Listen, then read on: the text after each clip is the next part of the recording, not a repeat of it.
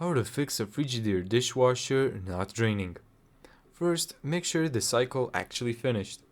If the dishwasher stopped in the middle of the cycle, press and hold cancel for 5 to 10 seconds to clear the current cycle. Then start a new cycle to activate the drain routine. Step 2. Check the drain hose.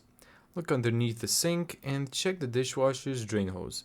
Make sure it isn't kinked, isn't crushed or restricted, has the proper high loop, and is installed at least 32 inches above the floor according to Frigidaire's drain hose guidance. Step 3. Clean the filter and glass trap. Remove the glass trap from the bottom of the dishwasher, rinse the filter under running water and remove food debris. Frigidaire says buildup in the filter or sump can cause draining problems. Step 4. With the filter removed, check the area underneath it for obvious food debris or other material blocking the drain.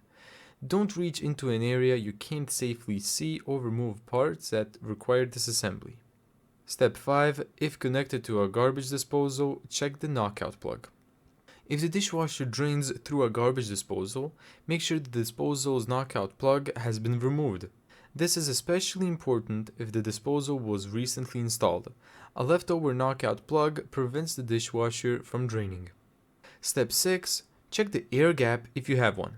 Some installations have a drain air gap mounted on the countertop next to the faucet. Remove the air gap cover and check if it isn't clogged with debris. Frigidaire specifically recommends checking the air gap when applicable. Step 7. Reset the dishwasher. If it still isn't draining, reset it.